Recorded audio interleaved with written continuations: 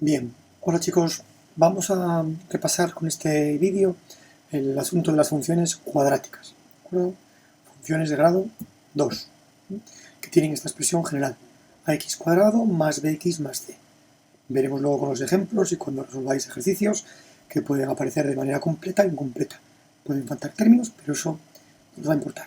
Siempre que tengamos polinomios de grado 2, vamos a hablar de funciones cuadráticas y por tanto de parábolas, curvas que tienen una forma pues parecido a esto, más o menos abiertas, con aperturas más o menos mayores, que se abren hacia abajo o se abren hacia arriba, ¿vale? Curvas que sabéis o deberíamos recordar, ¿no? Que tienen siempre un eje de simetría que pasa precisamente por su vértice, un eje vertical que corta a la curva en su vértice y que hace que esta función sea simétrica respecto a ese eje de simetría, ¿vale? Bueno, todas esas cosillas las vamos a ir viendo.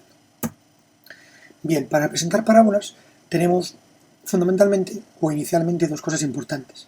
Saber si su apertura es hacia arriba o hacia abajo, es decir, si la parábola o la curva es cóncava o convexa, ¿vale?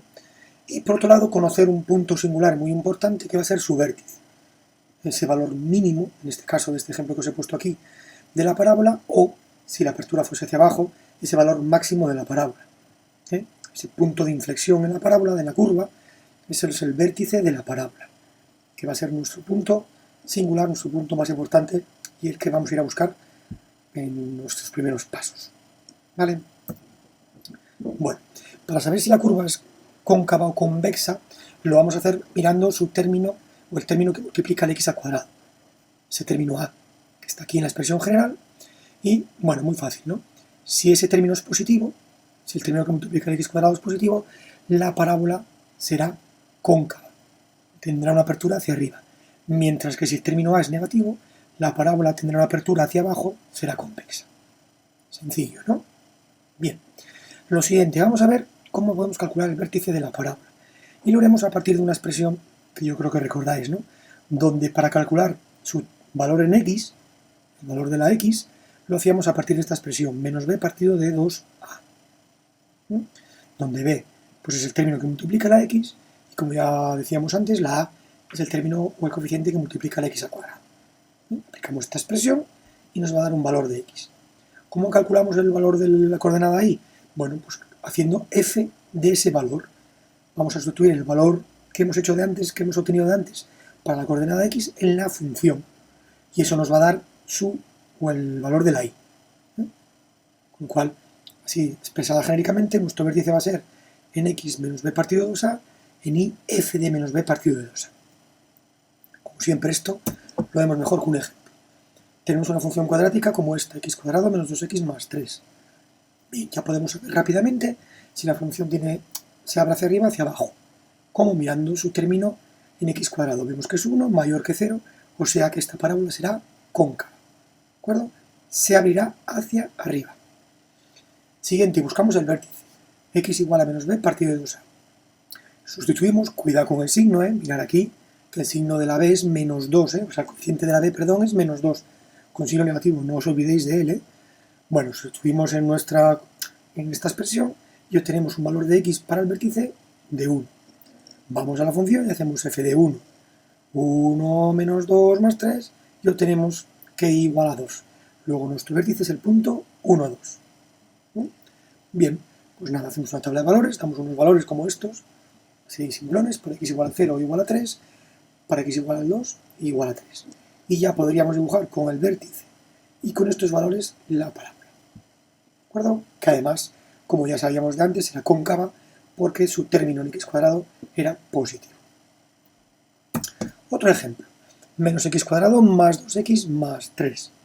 Lo primero vemos que el término en este caso que multiplica el x cuadrado es negativo, con lo cual nuestra función en este caso nuestra parábola es convexa. Tendrá una apertura hacia abajo. Buscamos el vértice, aplicando lo mismo de antes, y vemos que el vértice es el punto 1, 4. Bueno, un inciso ahora para recordar otra cosa. Vamos a buscar también en este caso los puntos de corte con los ejes, con el eje de ordenadas y con el eje de abscisas, con el eje de las y y con el eje de las x. Todas las parábolas al menos se van a cortar en el eje de la y, siempre. en el eje de ordenadas. Eso es muy fácil, ¿no? Porque lo que tenemos que hacer es sustituir en la función x por 0. Y eso nos va a dar el punto de corte con el eje de las y. En definitiva, muy simple. Vamos a mirar cuál es siempre el término independiente de la función cuadrática. Porque cuando sustituyamos x por 0, siempre se van a ir esos términos, los términos en x, y siempre nos va a quedar el término independiente. Con lo cual, para este ejemplo, ya vemos que el punto de corte con el eje de las y va a ser el punto y igual a 3. Oye, ¿qué ocurre si la función es incompleta y no tiene término independiente? Bueno, pues muy sencillo. Nuestro punto de corte, lógicamente, va a ser el punto 0, 0. Va a ser el origen de coordenadas. ¿Verdad? Yo creo que esto es muy sencillo. Bien, ¿cómo vamos a calcular los puntos de corte con el eje de las x? Con su eje de abscisas. En ese caso, lo que tenemos que hacer es y igual a 0. Y obtenemos una ecuación como esta, menos x cuadrado más 2x más 3 igual a 0. Es decir, para ver cuáles son los puntos de corte con el eje de las x, vamos a ver cuáles son las raíces de esta ecuación. Y para ello, lógicamente, nos vamos a nuestra forma general, a nuestra ecuación general, ¿no? Nuestra expresión general. Esa que ya todos conocemos, de menos b más menos raíz cuadrada, b cuadrado menos 4ac partido de 2a. Bien, puede pasar tres cosas. A lo que tenemos dentro de la raíz lo llamamos discriminante.